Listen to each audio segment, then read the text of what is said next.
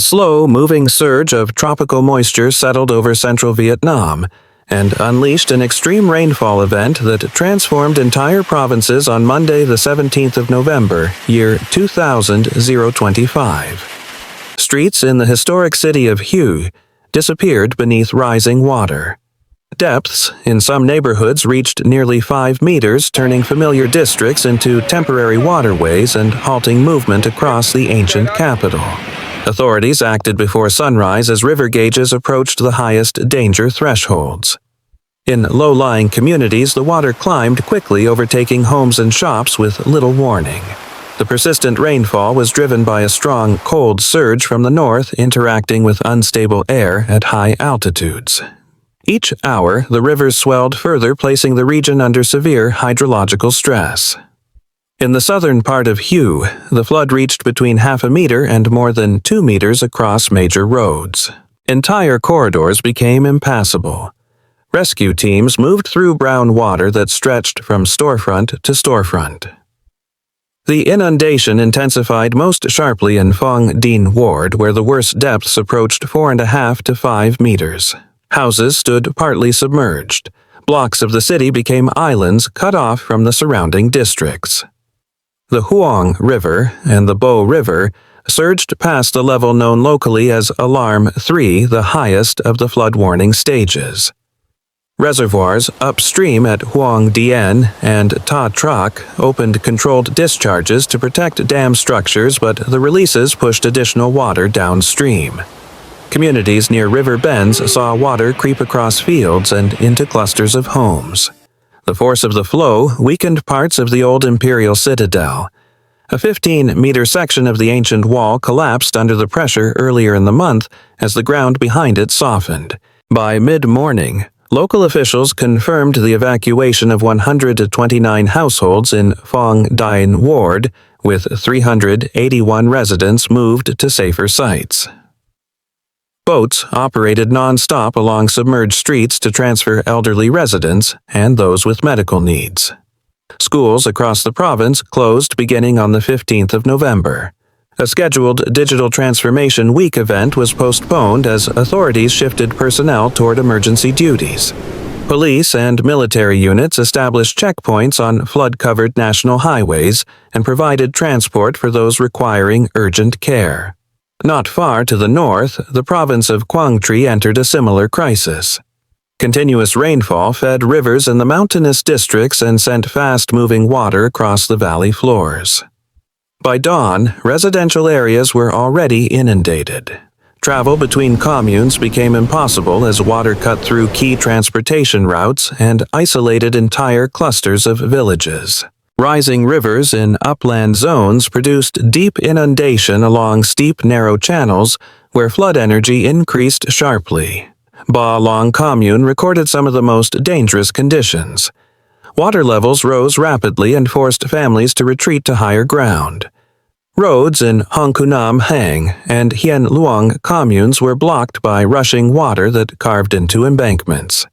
Communities waited for rescue while watching currents carry debris past homes and fields. In Ba Long alone, 210 households, including 785 residents, were moved to designated shelters by provincial forces. Military and police teams supported the evacuations and built temporary checkpoints at the edges of flooded areas. The rainfall created additional hazards beyond flooding.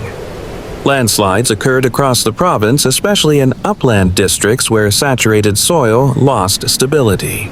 A significant slide developed at kilometer 159 on the western branch of the Ho Chi Minh Road, a critical route for accessing mountainous villages. Mud and rock buried parts of the roadway and halted movement of relief supplies. Engineers assessed the slope while rescue crews cleared smaller slides along side roads. As Quang Tri struggled with swelling rivers, the central coastal province of Can Hoa faced one of the most severe rainfall events in years. Precipitation totals during the previous 24 hours reached nearly 400 millimeters in some communities.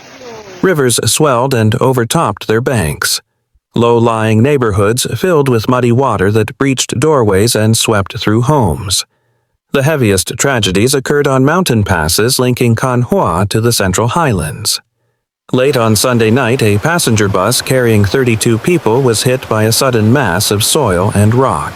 Torrential rainfall loosened entire sections of the slope above the vehicle. Both sides of the pass were blocked by further slides hampering rescue efforts. Teams worked through the night under continuous rain. At least 6 people lost their lives. 19 were injured and transported to the General Hospital in Kanhua. A second landslide struck a temporary shelter for 10 workers near Tuangvi Stream. 7 managed to escape the debris. 3 were buried. Teams recovered 1 victim and found another with injuries. Search crews continued looking for the remaining missing worker despite worsening conditions on the steep terrain. The floodwaters created widespread disruption across industrial zones in the province. In Thuanbek Commune, water depths reached 1 meter inside an industrial park. More than 6,000 workers suspended operations as electricity was cut to prevent accidents. Production lines shut down. Machinery stood idle as water moved across the factory floors. Flooding reached agricultural zones where fields in Goksanmei and Ba'ap were overwhelmed. Villages downstream reported water entering homes and damaging livestock pens. The main north-south railway line halted traffic as water covered long stretches of track near Nha Trang. Train schedules were suspended while crews inspected structural damage and cleared debris. Nearby, the Kai River surged beyond alarm levels 2 and 3, pushing water into surrounding communities and prolonging the inundation. The Prime Minister of Vietnam directed ministries to deploy immediate remediation measures in Kanhua and called for a thorough investigation into the landslide on the pass. The directive emphasized the need for strict compliance with safety standards in high-risk zones. Farther inland, the province of Lam Dong experienced its own set of hazards. A 10-kilometer section of National Highway 20, the vital route connecting Dalat with Ho Chi Minh City, developed large cracks after prolonged rainfall saturated the ground. Nearly half of one downslope section collapsed, leaving the pavement hanging over an eroded void. Local authorities sealed the road and began assessments with geologists and road engineers. The closure disrupted travel for residents and logistics lines for goods moving between highland farms and coastal markets. Emergency teams in Lam Dong deployed to monitor additional slopes and support residents in vulnerable districts. Communities were urged to avoid travel through flooded or landslide-prone areas as the soil remained waterlogged. Forecasts from the National Meteorological Service warned that heavy rain could continue across the region until at least the 20th of November. Some locations might receive more than 300 millimeters of additional rainfall. Across all affected provinces, the combined effects of flooding, landslides, road closures, and rising rivers created a prolonged emergency. Families remained in shelters. Roads awaited clearance. Rivers continued to shift with each new band of rainfall. Officials noted that the flood season in central Vietnam often extends into late November, raising concerns about further impacts on infrastructure, agriculture, and daily life. Authorities urged residents to follow evacuation orders, avoid flooded roads, and stay alert to updated forecasts. Water levels could fluctuate unpredictably in the days ahead as additional rainfall flows into already stressed river systems. The true extent of damage may take time to assess while conditions remain unstable and the region prepares for continuing storms.